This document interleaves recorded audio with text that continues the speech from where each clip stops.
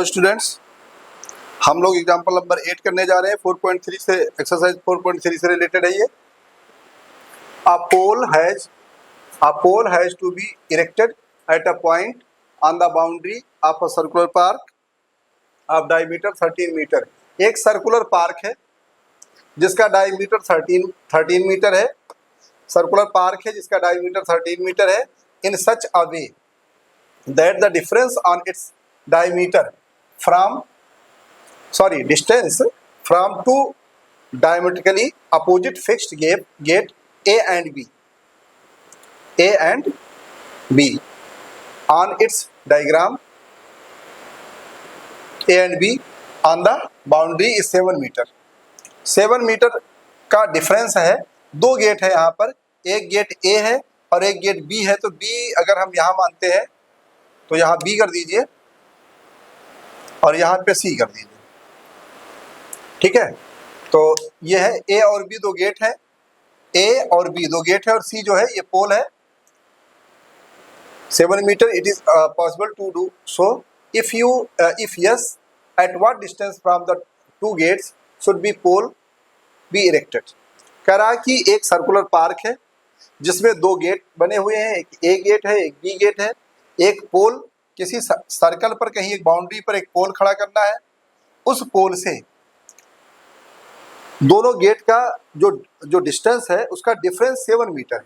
कितना है? 7 मीटर है। तो इसे हमें सॉल्व करना है। अब देखते हैं, let B be the required location. मान लेते हैं कि बी जो है वो रिक्वायर्ड लोकेशन है। तो बी ना मान के क्या मानेंगे हम? सी मानेंगे। Let C be the required location of the पोल।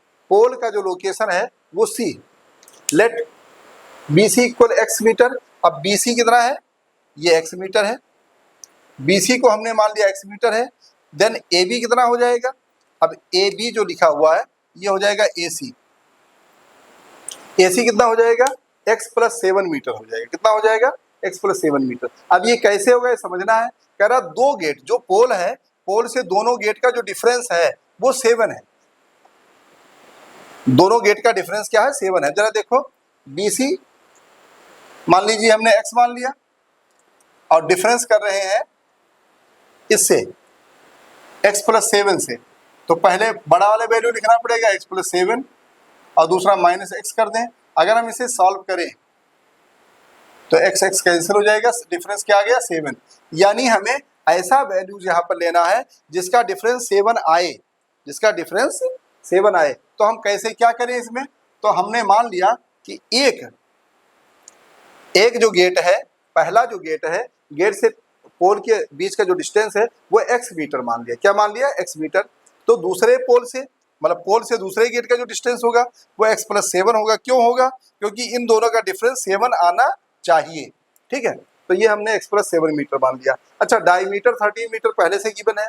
और कोई भी ट्रेंगल अगर सेमी सर्कल पे बन रहा है, यानी डायमीटर पे अगर कोई ट्रेंगल बन रहा है सेमी सर्कल पे, तो वो राइट ट्रेंगल होता है। क्या होता है? राइट ट्रेंगल होता है। तो चूंकि अब ये ए सी बी ये राइट ट्रेंगल हो गया और राइट ट्रेंगल का पाइथागोरस थ्योरम हमें पता है। पाइथागोरस थ्योरम हम अप्लाई करेंगे। क्या होगा? ए बी का स्क्वायर, यहाँ पर ये वैल्यूज थोड़ा गलत हो गया है ए बी सी के मानने की वजह से। यहाँ हो जाएगा ए बी। पहले लिख लो हाइपोटेन्यूज, फार्मूला लिख लो पहले। एच का स्क्वायर इक्वल होता है पी का स्क्वायर प्लस बी का स्क्वायर। एच क्या है? हाइपोटेन्यूज है, यानी ए बी का स्क्वायर इक्वल टू पी का स्क्वायर यानी बी सी का स्क्वायर प्लस बेस यानी ए सी का स्क्वायर। ये हो गया। अब वैल्यूज रख दो। ए बी कितना है?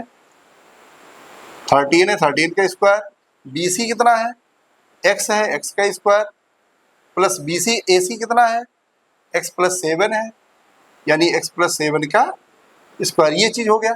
13 का स्क्वायर 169 होता है, एक्स का स्क्वायर एक्स स्क्वायर होता है प्लस एक्स प्लस 7 का स्क्वायर यानी ए प्लस बी का होल स्क्वायर अप्लाई करेंगे यहाँ पर। A square plus B square plus 2ab होता है। 2a है एक्स और b है 7।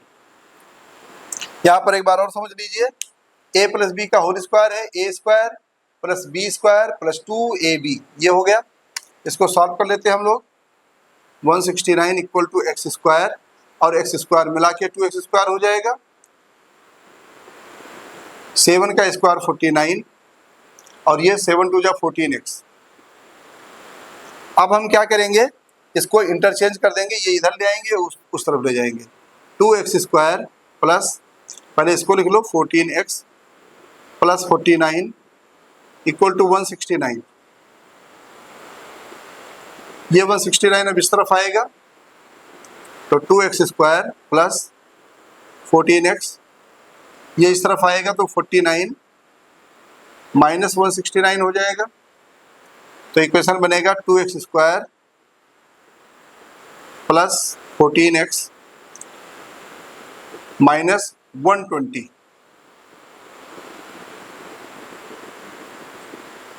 यानी अब बन गया, यहां पर 2 कॉमन ले लीजिए, x square plus 7x minus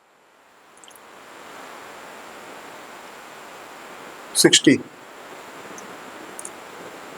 equal to 0। तो ये 2 उस तरफ जाएगा, 0/2 हो जाएगा, 0 हो जाएगा सारा।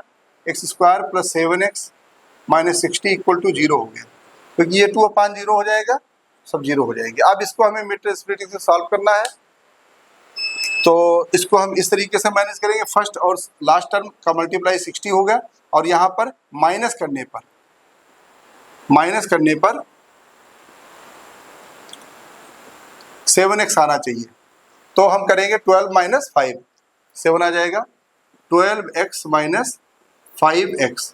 अगर हम इसको देखें तो 12 5 जा 60 होता है, ये मल्टीप्लाई आ जा रहा है 60, और 12 में से 5 माइनस करो तो 7 आ रहा है। इसको हम सॉल्व कर लेंगे, x square plus 12x minus 5x minus 60 equal to 0। x common ले लीजिए, x प्लस 12 माइनस 5 कॉमन ले लीजिए, x प्लस 12 इक्वल टू 0। तो x माइनस 5 और x प्लस 12 आ गया, x माइनस 5 इक्वल टू 0, तो x इक्वल टू 5 आ जाएगा, और x प्लस 12 इक्वल टू 0, तो x इक्वल टू माइनस 12 आ जाएगा। माइनस की वैल्यू हम लेते नहीं है, हम लेंगे वैल्यू प्लस की। x इक्वल टू 5 आ गया। अब अगर एक x की वैल्यू 5 हो गया तो दूसरी वैल्यू कितनी होगी? अगर x 5 हो गया तो दूसरी कितनी हो जाएगी? 5 प्लस 7 यानी 12 हो जाएगी। यानी जो पोल होगा, पोल से एक गेट की दूरी 5 मीटर होगी और दूसरी 12 मीटर होगी, है ना। ये डिस्टेंस आ गया। तो यानी हम AC हो जाएगा, AC equal to x plus 7 यानी 5 प्लस 7 यानी 12 मीटर AC हो जाएगा। और इसी तरीके से अगर हम BC की बात करें तो BC इक्वल टू 5 मीटर होगा, ये आंसर आएगा। यानी जो पोल है, पोल से एक गेट तो 5 मीटर की दूरी पर होगा और दूसरा गेट 12 मीटर की दूरी पर होगा, ये आंसर। एक बार रिपीट कर लेते हैं हम लोग। सर्कुलर पार्क है, सर्कुलर पार्क में एक पोल है, C पॉइंट पे रखा गया है। उस पोल से एक गेट B है और दूसरा गेट A है। B और पोल के बीच की दूरी x मीटर है, दूसरे गेट से C की दूरी x प्लस 7 मीटर है। अब ये राइट ट्रायंगल है, राइट ट्रायंगल में पाइथागोरस थ्योरम हम अप्लाई करते हैं, h का स्क्वायर इक्वल टू p का स्क्वायर प्लस b का स्क्वायर। तो यहाँ पर AB हाइपोटेन्यूज है, AB का square equal to BC square plus AC square हो जाएगा। AB 13 है, 13 का स्क्वायर प्लस x का स्क्वायर प्लस x प्लस 7 का स्क्वायर हो जाएगा। ये a प्लस b का होल स्क्वायर है, तो a square plus b square plus 2ab हो जाएगा। यहाँ 169 है, यहाँ x स्क्वायर 2x स्क्वायर हो जाएगा। 7 का स्क्वायर 49 होता है, और यहाँ पर 7 टू जा 14x हो जाएगा। अब हमने इंटरचेंज किया, ये पूरा टर्म इस तरफ ले आए हैं, इसको उस तरफ लिखा है। 2x square plus 49 plus 14x यहाँ लिख दिया, और 169 उस तरफ लिख दिया। 169 को हम इस तरफ लाए तो माइनस हो गया। अब 169 में से 49 माइनस हुआ तो माइनस 120 आए, क्योंकि ये बड़ी वैल्यू है। 2x square plus 14x minus 120 आ गया यहाँ पर। अब हमने 2 कॉमन ले लिया, 2 जब कॉमन ले लिया तो x square plus 7x minus 60 हो जाएगा। यहाँ पर 2 इक्वल के उस तरफ जाएगा तो 0/2 हो जाएगा, 0 हो जाएगा। x square plus 7x minus 60 equal to 0 हो जाएगा। अब मिड टर्म स्प्लिटिंग करेंगे, 7x को हम इस तरह से मैनेज करेंगे। 60 का प्राइम इधर 60 का पहले प्राइम फैक्टराइजेशन कर लेंगे, उसके बाद में हम माइनस करेंगे तो 12x माइनस 5x आएगा। 12 में से 5 अगर माइनस करें तो 7 आ जाएगा, और 12 5 जा 60 हो रहा है। X square plus 12x minus 5x minus 60 equal to 0 हो जाएगा। अब यहाँ पर 4 टर्म्स है तो दो दो टर्म का पेयर बना लेंगे। x कॉमन लिया तो x प्लस 12 हो गया, यहाँ माइनस 5 कॉमन लिया तो x प्लस 12 हो गया। उसके बाद x माइनस 5 x प्लस 12 ये बन जाएगा। x माइनस 5 इक्वल टू 0 तो x इक्वल टू 5 हो गया, और x प्लस 12 इक्वल टू 0 करेंगे तो x इक्वल टू माइनस 12 हो जाएगा। माइनस वैल्यू हम नहीं लेते हैं, उसे लीव कर देंगे, छोड़ देंगे। x इक्वल टू जो 5 आया है इसका मतलब हुआ कि अब हमारा BC 5 मीटर हो गया, यानी पोल से पहला गेट का जो डिस्टेंस है वो 5 मीटर है और दूसरे गेट का जो डिस्टेंस है वो 5 प्लस 7 यानी 12 मीटर है। ये हमारा आंसर